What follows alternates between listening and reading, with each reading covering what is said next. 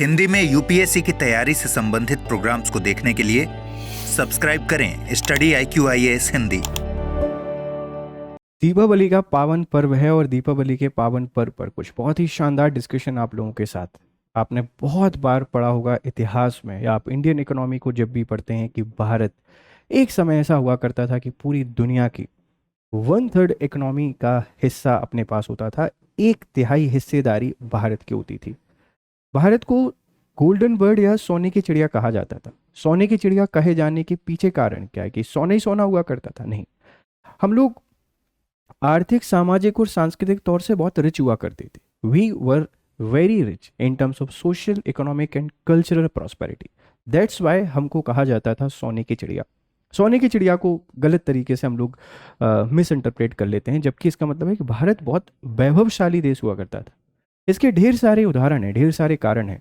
आप देखिए, जितने इन्वेजन हुए भारत में हुए, विदेशी आक्रांता जितने आए भारत में, ब्रिटिशर्स ने सबसे ज़्यादा अगर कहीं अपने आप को लूटने की कोशिश की तो भारत को की।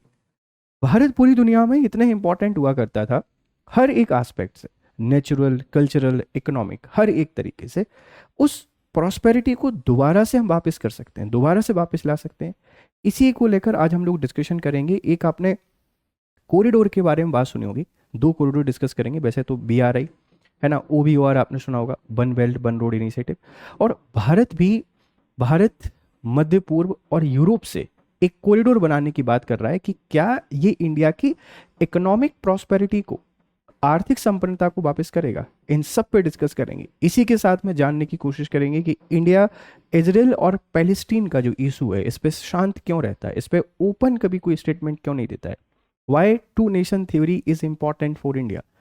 We are going to discuss everything. आप सभी को दीपावली की ढेर सारी शुभकामनाएं। चलिए, पहले इस न्यूज के कॉन्टेक्स्ट को आप जरा एक बार देख लीजिए कि अभी जो इजिप्ट के लीडर आए इंडिया, और उनका कहना यह है कि जो पैलेस्टीन है, इस पैलेस्टीन का रेजोल्यूशन, मतलब पैलेस्टीन जो डिस्प्यूट है, इसका समाधान बहुत जरूरी है।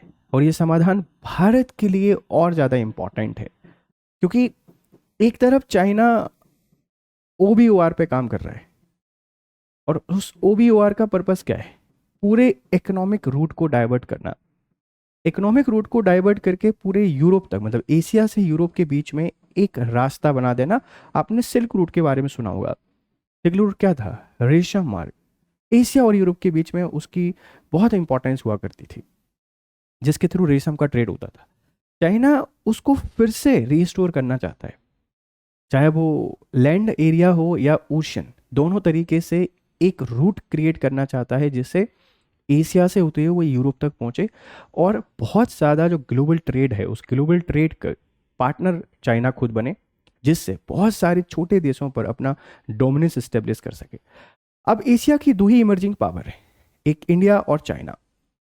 चाइना जो है, इसको काउंटर करने के लिए, चाइना का जो बेल्ट एंड रोड इनिशिएटिव है, उसको काउंटर करने के लिए हमारे पास क्या है? हम IMEC के नाम से इसको जानते हैं। India middle east Europe corridor के नाम से आप इसको जान रहे हैं। ये अगर बन जाता है तो भारत यूरोप तक बहुत आसानी से पहुंचेगा और चाइना का जो BRI है उसको काउंटर कर पाएगा।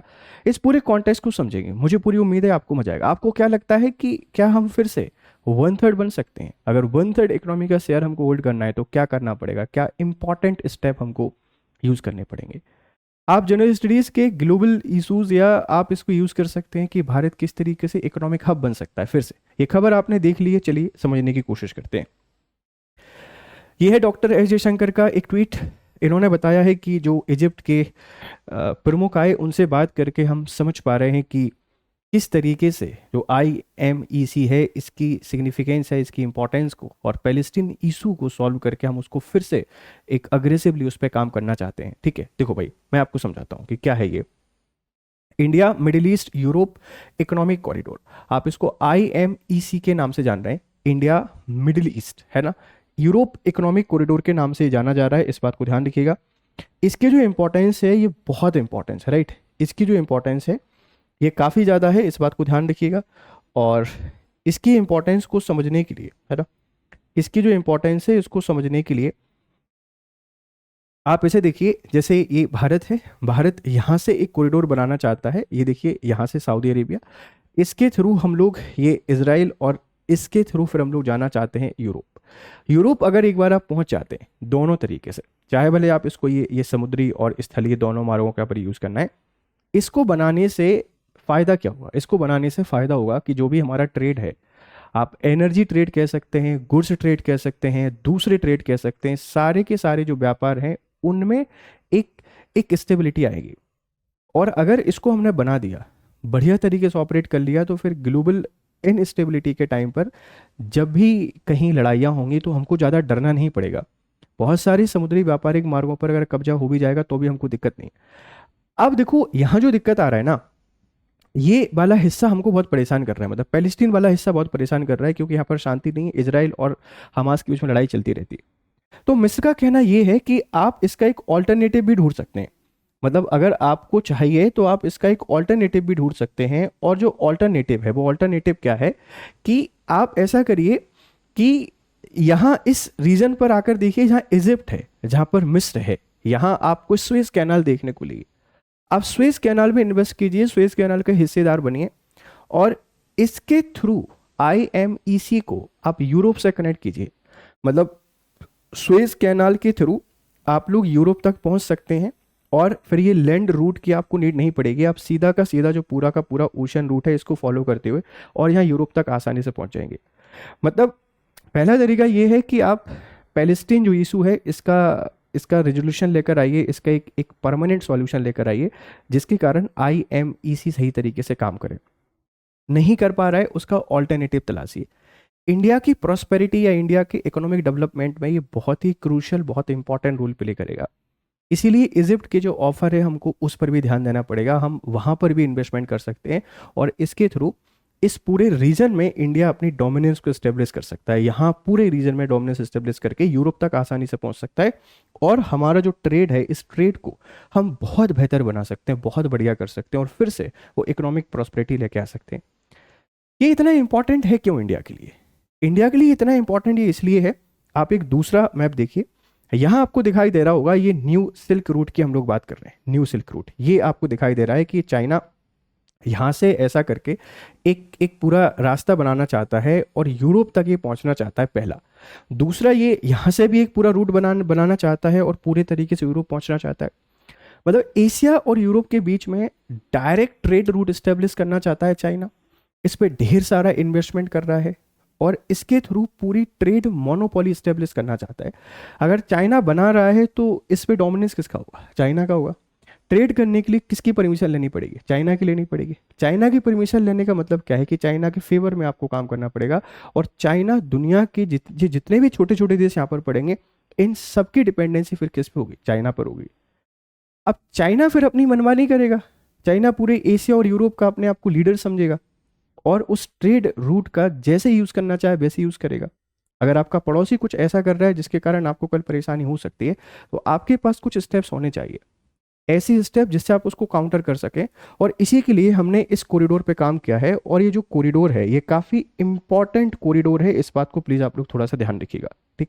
तो इस इंपॉर्टेंट जो कॉरिडोर है, इस इंपॉर्टेंट कॉरिडोर को बेहतर बनाने के लिए हम इस पर काम कर रहे हैं, और सरकार अगर ऑल्टरनेटिव खोज लेती है तो चाइना को बहुत आसानी से काउंटर कर पाएंगे। सर, हमको क्या दिक्कत है OBUR से? देखो, हमको OBUR में जो दिक्कत है ना, वो ये है CPEC। ये CPEC, जिसको आप लोग जानते हैं चाइना पाकिस्तान इकोनॉमिक कॉरिडोर। अब चाइना पाकिस्तान को इससे ऐड करने के लिए, मतलब OBUR से ऐड करने के लिए यहाँ पर एक और इकोनॉमिक कॉरिडोर बना रहा है। ये इकोनॉमिक जो कॉरिडोर है, हमारा कंसर्न इसलिए है क्योंकि ये यहाँ से गुजर रहा है, मतलब ये हमारा जो कश्मीर वाला एरिया है, यहाँ से ये गुजर रहा है। अब कश्मीर तो हमारा है, और इस पर इलीगल कब्जे के तौर पर POK को आप लोग जानते हैं। POK ये क्या है? ये इलीगल कब्जा है। अगर यहाँ से कोई व्यापारिक रास्ता गुजरेगा तो हमारी सॉवरेनिटी को वायलेशन होगा। हम इसका विरोध करते हैं, और यही कारण है कि CPEC अभी सही तरीके से नहीं बन पा रहा है, उसमें उतनी प्रोग्रेस नहीं हो पा रही। सॉरी, CPEC या OBR में प्रोग्रेस नहीं हो पा रही। भारत का इकोनॉमिक कॉरिडोर इसलिए नहीं बन पा रहा है क्योंकि जो पैलेस्टीन वाला रीजन है, वहाँ पर बिल्कुल भी पीस नहीं है, वहाँ पिछले 2 सालों से शांति ही नहीं है। और एक आप इसको ऐसे भी देख सकते हैं कि क्या इजराइल और पैलेस्टीन के बीच में जो कॉन्फ्लिक्ट चल रहा है वो शायद इसलिए चल रहा है, क्या चाइना और अमेरिका के द्वारा प्रायोजित है, जिसके कारण यहाँ पर पीस एस्टेब्लिश ना हो।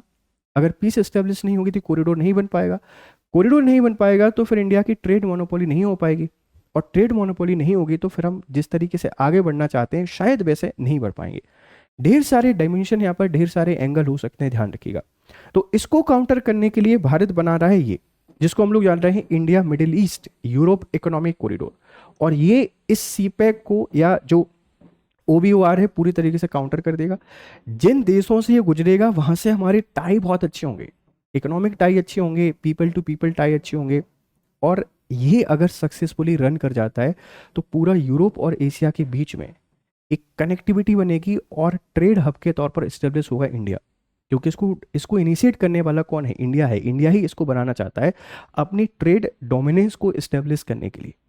इसीलिए हमको यहाँ पर स्थायी शांति चाहिए, और यही कारण है कि इजराइल पैलेस्टीन जो इशू है इस पर हम बहुत बोल्ड स्टेटमेंट नहीं देते हैं, हम किसी के फेवर में नहीं बोलते हैं, because we always believe in two nation theory.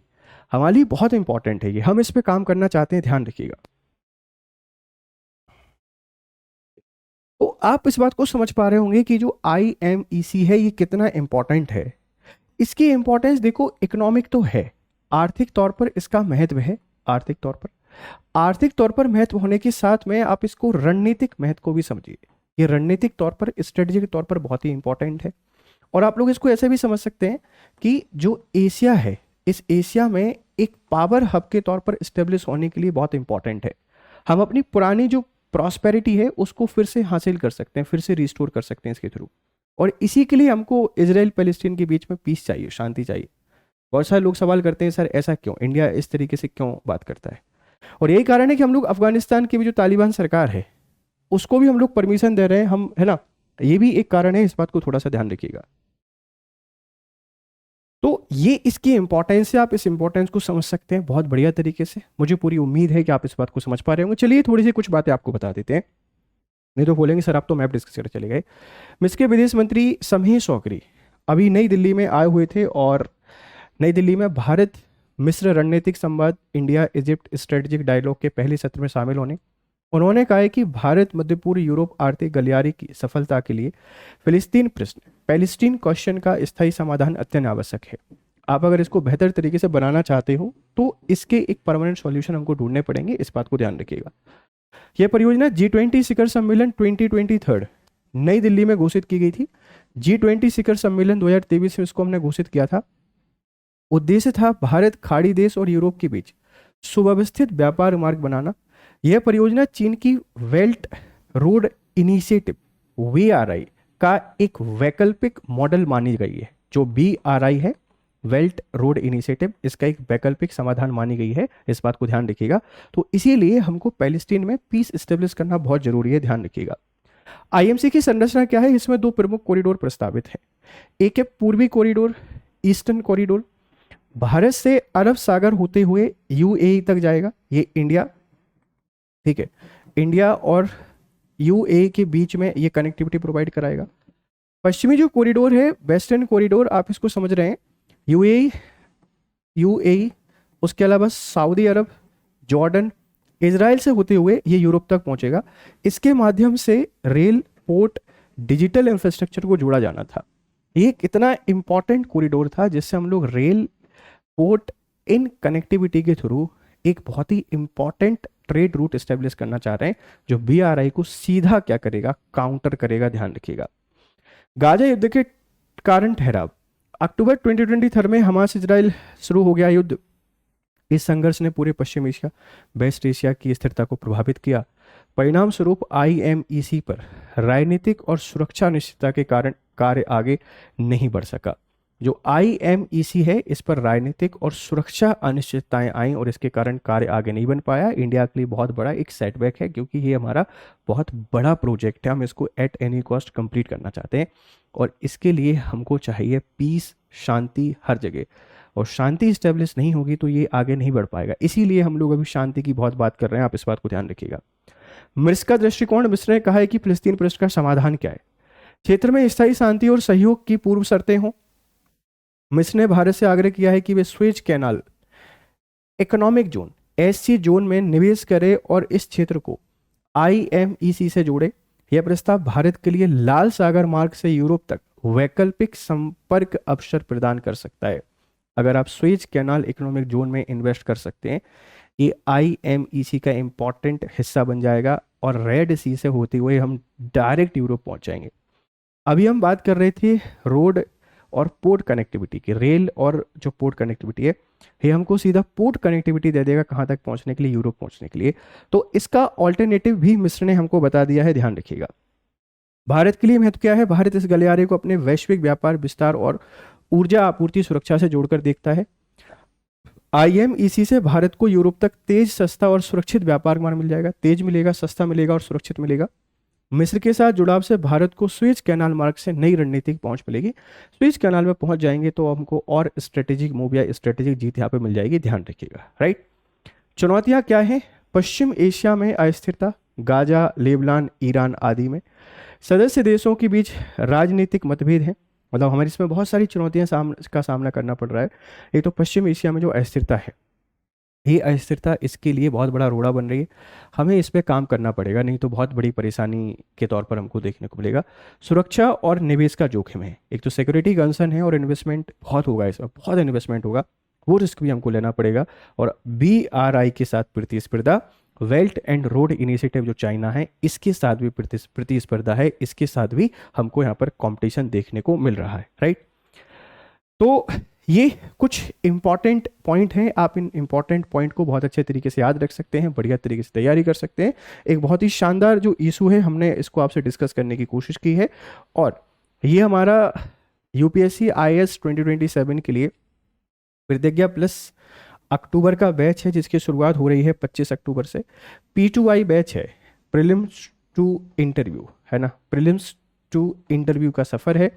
इसमें बिहार PCS की तैयारी करने का मौका आपको साथ में मिलेगा। आप इस कोर्स का हिस्सा बने और यूज़ कोड GRS लाइव, आप इस कोड को यूज़ करेंगे तो मैक्सिमम डिस्काउंट आपको मिल जाएगा और इसी के साथ आप अपनी प्रिपरेशन को बेहतर कीजिए। दिवाली उत्सव चल रहा है, दिवाली सेल चल रही है, ये मेरा टेलीग्राम चैनल है, आप इसको ज्वाइन कर सकते हैं, बढ़िया तरीके से पढ़ाई कर सकते हैं। Have nice day, good day to all. Hindi में UPSC की तैयारी से संबंधित प्रोग्राम्स को देखने के लिए सब्सक्राइब करें स्टडी IQ IAS हिंदी।